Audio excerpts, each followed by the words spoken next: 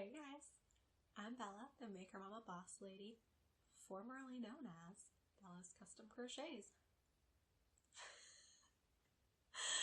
Okay, so we're here today to talk about the big rebrand, the big relaunch. If you're new here, I'm Bella, like I said, and I have been designing and crocheting under Bella's Custom Crochets for the past couple years. I'm going to walk you through my whole maker journey and how I got to this point and why we're rebranding it, all of that. It is a long road. My notes look like some crazy, but welcome. If it's your first time, this is going to be kind of an about me video, tell you who I am and how I got here. And if you've been waiting for the relaunch, I'm so excited to share this stuff with you. I have so many exciting things. So hang on. If you haven't already noticed the name, I'll tell you in 1 second. But you can now find everything that you need to know about me. It's going to be linked down below the video, all the new social media, all of that. If you're not already following me, down below, blog, all the goodness. And yeah, I hope you find something that you like here and consider sticking around. Let's get into all the secrets I've been keeping for months and months and months. So, the big news is Bella's Custom Crochets is no longer Bella's Custom Crochets. Drum roll, please. All the trumpets. And the crowd goes wild. Bella's Custom Crochets is now Fiber and Fox. So, I am now Bella, the Maker Mama Boss Lady behind Fiber and Fox, and I'm here to tell you about how I got to that point and where we're going from here. I've already recorded this once, and it turned out longer than I intended. So I'm recording again, and hopefully I squish it down. But like I said, it's been a long road getting to this point, and I feel like it's all worth mentioning because I think it's all really well defined who I am and why I'm here now. A couple things about me before we get into the long journey that got me here. Like I said, I'm Bella. I live in Connecticut with my husband, who is the tech genius computer whisperer behind the website and all non-artsy things involved in, I almost said BCC, Fiber and Fox. It's going to take me a while to adjust. But yeah, he's behind all of that, and I am so grateful to have him and his support and his skills. I speak all the yarn languages, and he speaks the computer languages, and we make a good team. Here in Connecticut, as we... I don't know where that sentence was going. Let's backtrack. We have a daughter. She's 2. And she is absolutely fantastic, and I think she's the coolest 2-year-old I've ever met. So, be jealous, I guess. But we live here with our daughter and our 2, we call them mini Black Panthers. They are 2 black cats, they're brother and sister, and I am very much allergic to them and very much love them with all that I am. Other things that I love besides yarn include snacks. I'm a tea drinker over coffee, and what I love the most, more than all of those other things combined, I am a Christian, and I am a follower of Christ. I love Jesus, and I hope that everything that I do and create is a reflection of that, so I hope I represent that well here. And like I said, if you're just tuning in for the first time, welcome. Thank you for trying out my podcast, my brand, my patterns, whatever brought you here. I appreciate you, and if you've been here for the whole ride, you guys are awesome, and I'm excited to see where we go next. So let's talk maker stories, crochet story, fiber story, the whole story. It's a long story. So we're going to start out in somewhere circa 1996 to 1998. I'm not positive when I learned how to crochet, but I learned from my grandmother. I come from my mom's side of the family is extremely creative, artistic. My mom also crochets and knits. My grandmother crochets and knits and sews and cans and bakes and does all the things. So the whole family, very artsy. So I have always been creating something.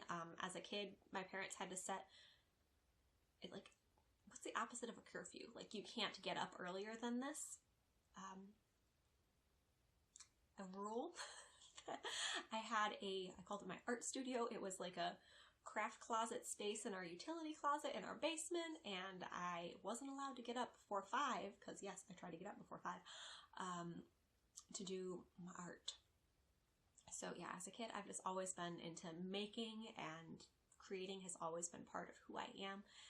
And it seems I've settled on crochet, but the story has always been me making or creating something. So around when I was like 6, 7, 8, somewhere in there, my grandmother taught me how to knit. And I think that stuck a little bit better than the crocheting. I'm not sure why, but fun fact, was a knitter first. And even when I picked it back up later, I knit for a bit before I crocheted. But I remember learning how to knit and doing like trapezoid shaped doll blankets with like holes in them, garter stitch. They were a wreck, but I at least understood how to create something with knitting. Crocheting, I don't know if it's that my grandma didn't teach me like the next step, or if I couldn't wrap my mind around it. I had a really hard time with like tensioning the yarn, and I still don't tension it like, I was saying normally. I don't know what normally would be, but I don't hold my yarn like most crocheters would or should. But the way she held it, I just couldn't get my mind around that, and I couldn't get past the like starting chain. I was really good at doing the starting chain. I remember when I was about 8, I stayed over her house, and I woke up again really ridiculously early, and I got a like variegated skein of like, I don't know, red heart or something, a big acrylic skein, and I chained almost that entire thing. I got up and I just chained and chained and chained, and it was just this long snake of a chain all over the floor, and I was like, okay, when you gonna be something? Like, are you a sweater yet? Like, when are you gonna decide you want to be a blanket? And I just like, didn't understand that there was like something besides chaining, that wasn't the total of crocheting. Because I think like knitting, it's like, I was just doing the knit stitch. Like when I knew how to do the knit stitch, like I was knitting. And crocheting, there was a little more complexity there at the time, and I was like, okay, I've been up for hours, and I did like this whole ball of yarn, and you're still just a squiggly mess on the floor. You gonna be something? And I got really frustrated. And again, I was like 7 years old, so put that down. And I've always, or as a kid, I was super tomboyish, and the whole fiber arts, knitting and crochet, that's like a grandmother hobby, and I couldn't be seen or known to do that. So I dropped that hobby and just didn't really come back to either knitting or crochet for a really long time. Then somewhere, I'm not entirely sure why I picked it up. I think Etsy inspired me. I had found some stuff other people were making on Etsy, and I was like, ooh, I want to knit again. So I had picked up knitting again around sophomore-ish year of high school. So that puts us about 2007 at that point. And I picked up knitting, I think about the same time as my friend Emily of A Rambling Yarn, who's my oldest friend, and we kind of started the knitting again together. And I remember knitting a bunch of hats, and I kind of like taught myself how to do some version of color work and intarsia that I entirely made up. But I like understood the basics of knitting, but not like anything more than that, like shaping and stuff. I didn't really understand. I understood how to like do an increase on a hat or decrease, but that's about it. So I was knitting hats. I at some point knit a sweater. I taught myself how to read patterns. I'm really not sure how I did that, because the internet in 2007 was not the internet that it is now. So I wasn't on YouTube. I really don't know how I learned how to read a pattern, but I did. And we had a family friend that tried to teach me, or taught me, but I hated it, how to knit socks, and I was like, this is not for me. But yeah, knitting overall, I liked it. I was getting good at it and felt pretty confident, liked it. And at that point, I was like just starting to be okay with like, okay, I can have a granny hobby. It's okay. Like, I can make this cool. And then I got to the point where I wanted to make a fox hat. Foxes, if you haven't been able to tell, it's always been my logo. Partly because of this hat, and partly because I just love foxes. I think they're like a spicy little cat dog, and they're kind of sassy and kind of grouchy, and just, I love them. So I wanted to make a fox hat, you know, as a mature 17-year-old, wanted a hat with fox ears. So I wanted to make this hat, and it was going to have fox ears coming off of it, and then I wanted to have ear flaps and tassels and pom-poms. If I can find a picture of the thing, I will put it in. But I wanted to knit it, but I couldn't quite figure out, and again, without like YouTube and all of that, and I wasn't good at looking at like books for tutorials, I wanted to make the fox ears, but I couldn't figure out how to knit triangles. Like the decreases, I think I only knew how to like slope one way, so I could make like parallelograms, but making triangles I couldn't quite figure out. So I was like, okay, maybe I could crochet it. So I asked my grandma to kind of show me again how to start crocheting, and we started out doing granny squares, and I didn't think I was going to like it as much as I did, but she showed me how to do like one granny square, and then I made an entire granny square afghan in like 3 weeks. And then I made the hat, and then I started just making all the things. I found immediately that with crochet, I had more like ability to maneuver and manipulate things than I did with knitting. And it's so much more forgiving, which is still to this day one of my very favorite things about crochet. It's so easy to rip it out and fix it. And knitting, I'm still not great at that. And it causes me a lot of panic. But you guys know I frog crocheting all the time. So I just loved that, like, I wasn't going to lose stitches anywhere, and I could just pull stuff out and like kind of just like decrease stuff together and really like shape things in a way that I hadn't been able to with knitting at the time. So from there I started doing amigurumi. I like found somebody on Etsy, and I was like, that's so cool. So I started making really hideous amigurumi, but playing around, and was able to figure out how to like shape heads and ears and arms, and I was proud of myself. And then I started making animal hats for like all of my siblings. I had a lot of younger siblings, and they were, really little at the time. So everybody got their favorite animal on a hat. And then I started doing some for like cousins. And at that point I was like, oh, I make animal hats. So I made a Bella's Animal Hats Facebook page. And yeah, kind of just played around, not profitably selling anything, but selling here and there. If somebody wanted a custom one, I was like, yeah, I can make you a giraffe. Yeah, I can make you a panda. Yeah, I can make you whatever animal. Sock monkey, sure, why not? So I was just making all of these silly animal hats with little felt faces and button eyes and ears and all of that, and doing some amigurumi. And yeah, I just really liked crocheting. I think from that point where I picked it back up, I haven't really stopped since, and that was like 2007, so maybe 2008. Either way, it's been a while. So I was hooked, all the puns intended. I'm checking down at my notes, making sure I'm not missing anything here. But yeah, so from 2008, I started crocheting again, making stuff for family and friends. And then 2012, I got married. My husband was in the Air Force at the time, and we had our like entire relationship. I knew him from beforehand. He was a friend from beforehand, before he joined the Air Force. But our like dating and engagement relationship and the first 6 months of our marriage was all long distance. That's fun. So yeah, we got married. He deployed right after, and I was still crocheting somewhat in there, not a lot. I can't really think of a specific project, but I know that I was still making. And then after the deployment, I moved out to Washington. So I had lived on the East Coast, Connecticut, my whole life. So had he. Moved out to Washington State with him. And it was kind of a like culture shock. I don't really know how else to describe it. More maybe just shock. Maybe I was just in shock. I'm not sure. But having gone from living in the same like 15-mile radius my entire life, and I'm not like a social person, and I wouldn't say that I'm like an extrovert in need to like be around humans and all of that. I'm definitely a very introverted, private, keep to myself kind of gal. Me and my yarn, we're good. But going from living somewhere where I like at least recognized a lot of people, and I was like, oh, that's so-and-so's dad, or that person works there, or just like the familiarity of it, to moving across the country to a much larger state in a brand new area, I was just like a punch to the gut of like, no one here except my husband knows my name, and he's at work all day, like a lot. Military schedules are fun like that. So I was so happy to be with him, but I wasn't like with him most of the day. And we only had one car, and I was just like alone in this new house, in this new place. And it was rough. Definitely a low point for me, emotionally, mental healthly.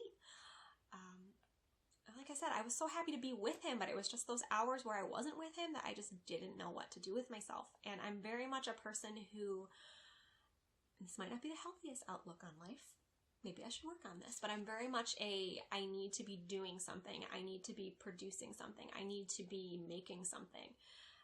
At the end of the day, I need to have put forth something, produced something, or gone down some checklist, accomplished something in order to feel like I have any sense of value or worth. So yeah, again, probably not healthy, but that's how I am. So at the time I wasn't working. I was like looking for a job, eventually found something part-time, but it was very sporadic and was great, but again, sporadic. So there was all those hours where I was at home, and crocheting really came to the rescue. Of all the things that I turned to, that was just really so good for me. I've always been an anxious person, so it's always been good to have something in my hands and to like sit down and be like, okay, I'm sort of relaxing. Not good at relaxing. Sitting down, but I'm still being productive. I still can use my hands and feel like I'm doing something, but most of my body is still. And it just, the repetitive motion of both knit and crochet has always been really calming for my mind, and really important for me. Being able to grab a ball of yarn and be like, okay, I have all day, but if I start with a ball of yarn and I end with a hat, like I did something today. And this was all pressure I put on myself. There was no pressure from my husband or anybody else. I just felt like I needed to be doing something other than like laundry and vacuuming. So crochet was really awesome in that time for me. And that I got to the point where I was just like making so much stuff. Like I only needed so many hats, and we, as two adults living alone, only needed so many amigurumi. And I had like sold some stuff custom to family members online, and I think I had a little like tiny Etsy shop thing going. But you only need so many things. At that point, Jojo, my husband, was like, you know, you could sell this stuff. And he has always been like my biggest, he's like a pusher, like a good pusher. Like a, you can do this, you should do this, get out of your box, go do this kind of push. And I really need that because I'm not an out of the box kind of person. So yes, any adventure that I get myself into, it's usually Jojo who has gently nudged me into it. Or told me I couldn't do it in a challenging way out of love, so that he knows that I'll be like, actually, no, I can do that, and then I do it. We're a good team. So yeah, he was like, you can sell this stuff. So I started looking into like craft fairs and local stuff in the area and doing like craft fairs at high schools. At that point, I started calling myself Bella's Custom Crochets because I wasn't just doing animal hats. And I really liked the idea of being able to crochet anything, which probably is, you know, isn't the best business model. Like, what do you make? I make anything. I've learned. But at the time, I really liked the challenge of making something new, and people were like, oh, I see that you make headbands. Could you make socks? Could you make, I see you have, I did a lot of animals and characters, copyrighted characters I shouldn't have been making and selling. I know that now. At the time, it didn't really occur to me. But yeah, I was really good at ripping off characters. Like, that was kind of my strong point. Really good at it. And I really liked the challenge of like looking at like a Google image or like a comic book and like creating it in 3D without a pattern. I was really proud of that, and I really enjoyed that challenge. But as custom orders, I was charging up front so people wouldn't blow me off. I understood that part. So I charged up front, but then I had never made the thing before, so it's very hard to decide how much to charge for a thing you've never made for before. So I undercharged all of them, like was making no money, but again, it was for the mental health, and was really good at the time. Other than the copyright infringement. But I don't do that anymore, so forgive me. Past Bella, she learned. So yeah, I was in Washington doing craft fairs, custom crocheting. Like, people were like, oh, I see you make Hello Kitty. Could you make this obscure comic book character you've never heard of? And I was like, absolutely. And then I'd make it. And it just gave me a great way to pass the time and make me feel like I was doing something, and the ability to create without like owning 62 hats. So that was awesome. So that was about 2013. And yeah, I was just really happy to be custom crocheting anything. So from 2013 to 2014, I was doing the craft fairs in Washington. And then July of 2014, my husband finished his military service, and we moved back home to Connecticut, doing the whole civilian life thing. He was in school full-time, and I jumped into working full-time. Not any job that I had planned on ever doing or doing long-term, definitely not a career, but I had a waitressing job open up through a family member. So I was waitressing full-time and didn't love it, but it was good money at the time. And I basically told Jojo, like, hey, that domain name that we've purchased, because he really wanted to make a website. He loves computers and has always been doing that stuff. Really wanted to make me a website, but I was like, no, I don't have time for that. It's only going to be a hobby. Like, that was a fun thing to do in Washington, but I'm not selling stuff now. So get rid of that domain name. I'm not going to blog. We're done. I'm just going to crochet for myself.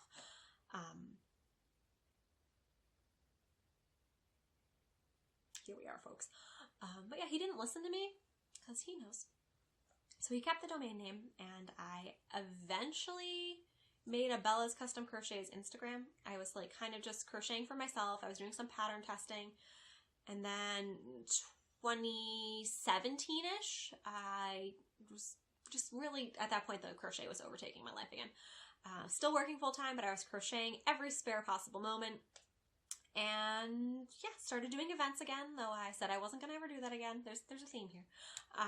Started doing events again from 2017 to 2018. And then by 2018, I was like, okay, this is a thing that I do now. So I registered as an actual business and got the like tax stuff, and Jojo got the website going. So yeah, all the Bella's Custom Crochet stuff officially happened in 2018, but I'd already kind of been doing it a little bit here and there unofficially. So then fall of 2018, so registered in January. Fall of 2018, my daughter was born, and I had intended to go back to the waitressing job. I like left on maternity leave like 2 days before she was born. I was like, okay, bye, see you guys, a couple months. And yeah, then she was born, and I just realized that I just wanted to do the mama thing. And I know it's a total blessing that my husband's income is able to be our main income.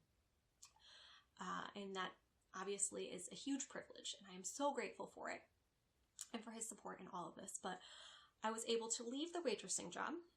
So I was supposed to go back in like February or something, and then I kind of like called him and I was like, actually, I'm gonna be a boss lady mama.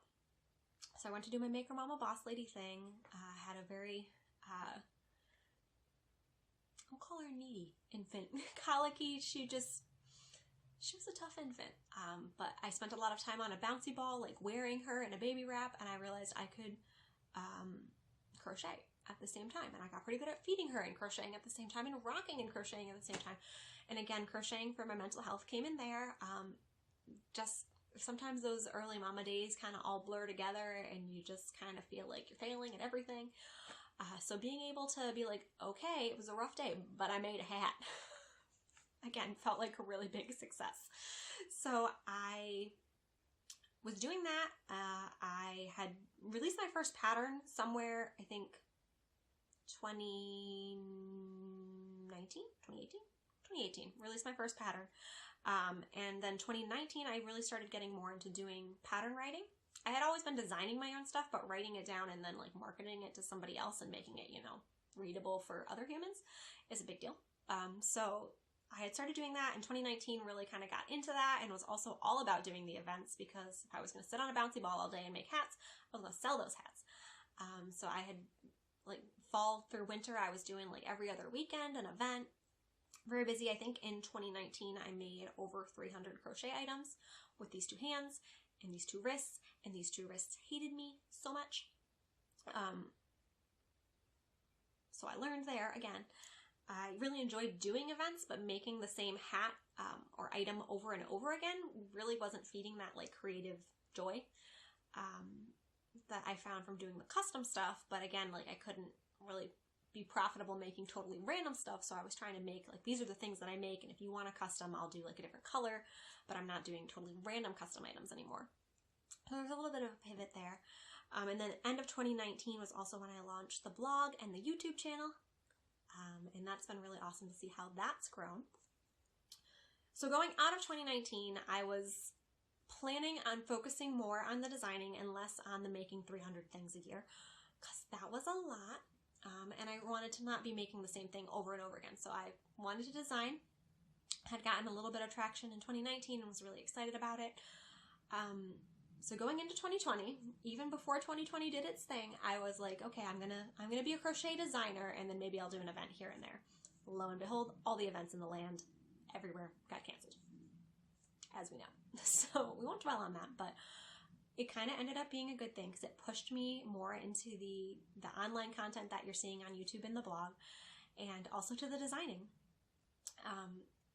So I had set out to do, I think, a pattern a month. Didn't quite meet that, but I think I designed 11 patterns last year, and that's a lot, and that's awesome. And I really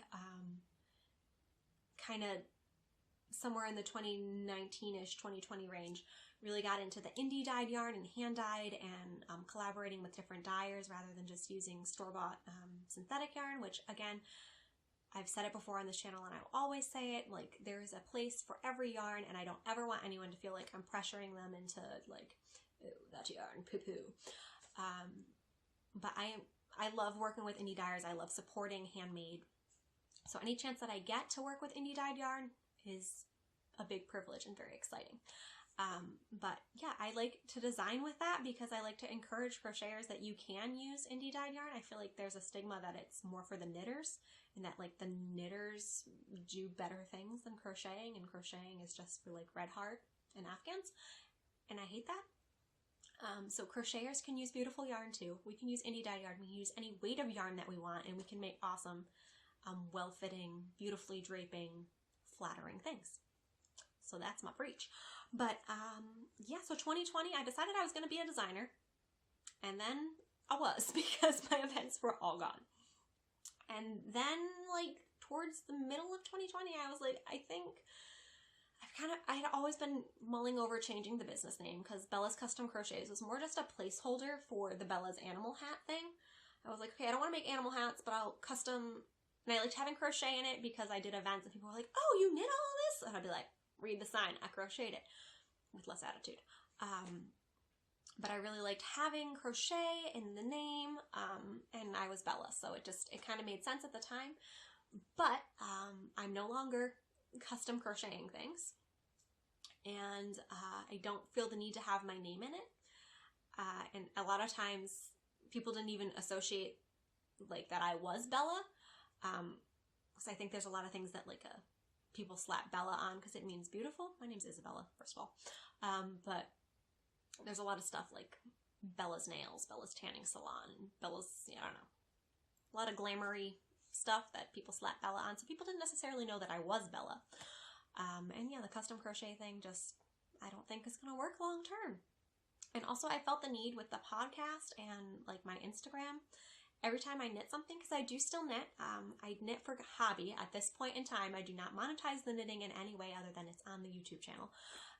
But who knows if that'll change. But the idea behind wanting to rebrand was that I didn't want to have to apologize for every time I knit something and be like, this is knit, guys, this is knit, I'm not selling it, it's knit, I'm sorry. Which is how I felt every time I talked about something on the podcast. So I wanted to kind of open it up more to not box myself into just crocheting. I'm not planning on being a knitwear designer. I'm not planning on dyeing yarn. I'm not planning on doing anything other than the crochet design at this point in this moment. But as you have seen, there's been a lot of shifting and pivoting over the last 14-ish years. So yeah, leave some room for that. I was planning on doing a rebrand, and towards the end of 2020 got in contact with a local Connecticut graphic designer. Sin Thomas Designs did my logo, and it's awesome and I love it. And I wanted to make sure the fox was featured again as a I never know how to say that word, homage. I'm not that fancy, guys. It always sounds fancy when people say it, but that one, to the fox hat, and my love of foxes, and fiber just being my love of yarn and all of the yarns. So fiber and fox seemed like a really good choice, and like a really good, broad enough to encompass all the things, but also narrow enough so that I don't like start designing jewelry, you know? So I feel like I just did like Bella's designs. I'd be like, oh, actually I'm a painter now. Actually I do woodworking. Like I need the fiber rigidity. So, Fiber and Fox is the name that I settled on, and where I'm going from here, I intend to be a crochet designer and continue doing the blogging and the YouTube content that you're seeing here. So it is now March of 2021 if you're watching this in the future, and I have just relaunched as Fiber and Fox as of the filming of this video, and I'm just really excited. Thank you guys for being here for it. I do have a couple things that I've been working on. I'm working through Pam Grice's, the Crochetpreneur. She has the Crochet Business Academy that I registered to be part of at the beginning of 2021. And I'm working through that still, but it's an awesome program full of mentoring and like community and support for building a crochet business. And I have so much to learn, and I'm just so grateful that I found myself in it, because it's been so helpful even just the couple months that I've done. But one of the things that she had us focusing on was really figuring out the like mission or value statement of your brand, and really defining who you are and what you're going to do, and not just be like, I custom make everything, I sell all the things, because I've done that and it's not a great business model. So I want to share with you, I'm going to grab my laptop, hopefully it's not too hummy, but I wanted to share with you the values that I'm going to hold myself to for Fiber and Fox, and that you can expect to hold me to as well. I want to share with you my value statement and kind of the key core values that I'm going to be holding myself to and shooting for going forward, and that you guys can expect from me. And you can also find all of this on my website, new and improved website, linked down below as well in like the About Me section. But yeah, Fiber and Fox value statement, here we go. And I'm reading, so I'm going to be looking down. I know I was creatively created to create, and I believe that you were too. Through modern and vibrant crochet patterns, helpful resources, and authentic Maker Mama Boss Lady content, Fiber and Fox will help to encourage and facilitate that same creativity in you. So that's what I'm all about. And then I have like 3 main core values that I'm going to focus on, so I don't do all of the things. So first and foremost, creativity. I creatively created to create is kind of my thing. So you're going to hear that a lot. It's going to come up on all of my websites and profiles and all of that, but creativity is the main value that I'm going to be holding to. I know I was creatively created to create. There you go. Making is at the core of who I am. My aim is to take my need to create, and with it represent crochet and the fiber arts in an accessible, modern, relevant, and vibrant way. I believe that the same divine creative potential is in each and every person, and I will strive to encourage and facilitate that through crochet. Authenticity is the second value. I want to keep it real with you guys. So ever feel like you have no idea what you're doing? Kind of like you're just making it up as you go? Yeah, me too. As a mama and a maker, I generally feel like I'm kind of a mess, and I aim to be genuine enough to tell you about it. You guys, you've seen me frog entire sweaters. This sweater. Frogged it like 3 times. I don't know what I'm doing here. Crochet is a refuge for me, and being able to take my hopes, dreams, worries, fears, and prayers and tie them all up in yarn is often what holds me together. You're welcome to join me as we grow and learn in this together. And then the last word that I chose is empowering, and I had a hard time picking this word because I don't really consider myself to be someone who's a teacher, and I don't really consider myself to be an encourager in the traditional sense, but empowering is, I think, what I want to really do with crocheting, be it whether or not you think you can use indie dyed yarn, or you're like, oh, I can only use worsted weight yarn, or oh, I can only make Afghans, or oh, I can't make a garment that's going to look good on me, be it size or just general fit stuff. I do size inclusive patterns, and I really want every size, every age, every body type, every race to feel awesome in what they make and to be well represented in what I do. Obviously, I am the main face of Bella's Custom Crochets. At this point, I don't pay models. Maybe someday I'll be paying models. That would be awesome. But right now, you're mostly going to see my face. This is the face that I have. But I do try really hard to make sure that in testing that I am representing different ages, body types, races, and all of that, so that you know that what I'm designing is going to look awesome on you and you can see yourself in it. So empowering in that way, that you'll be able to make awesome stuff.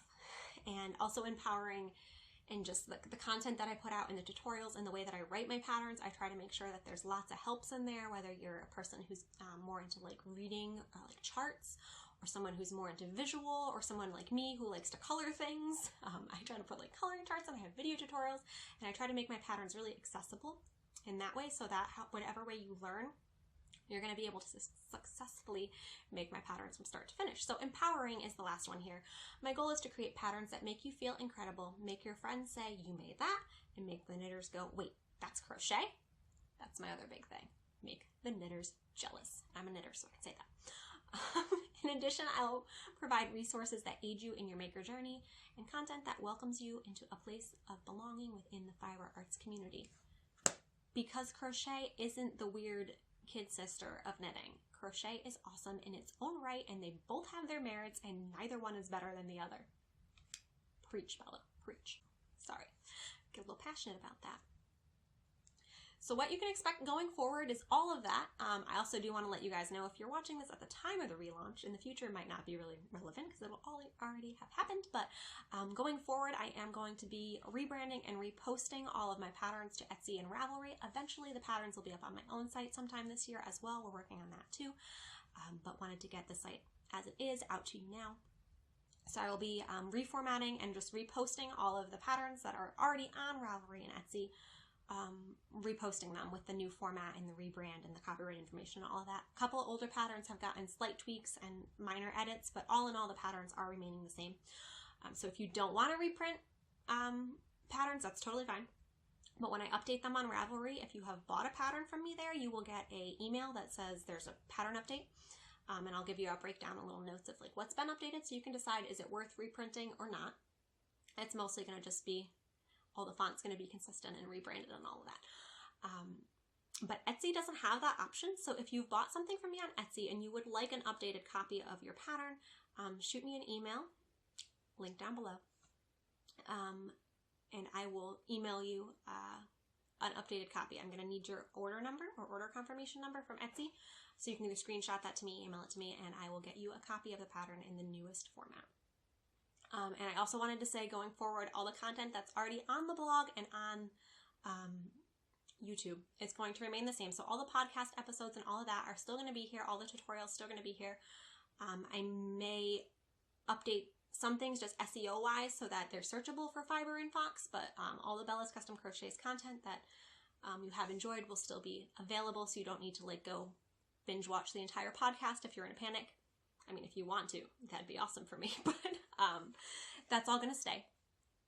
And I'm going to update some stuff on the blog. So like older posts, I'm going to like update the Pinterest pictures to say Fiber and Fox instead of BCC, but the content itself will remain the same. And yeah, all the patterns. So I'm just basically going to be doing the same thing that I have been doing going forward, just with a little bit more vision and purpose to it. So no huge changes here other than a name. I'm really excited that you guys came and sat down and watched through this with me today. I am really excited that I can finally tell you all the secrets that I have been keeping for months and months and months and months and months. And I'm just really grateful. I never planned on being a crochet designer. I never even really knew, looking back to when I started knitting and crocheting, like I didn't know that you could do this as an occupation.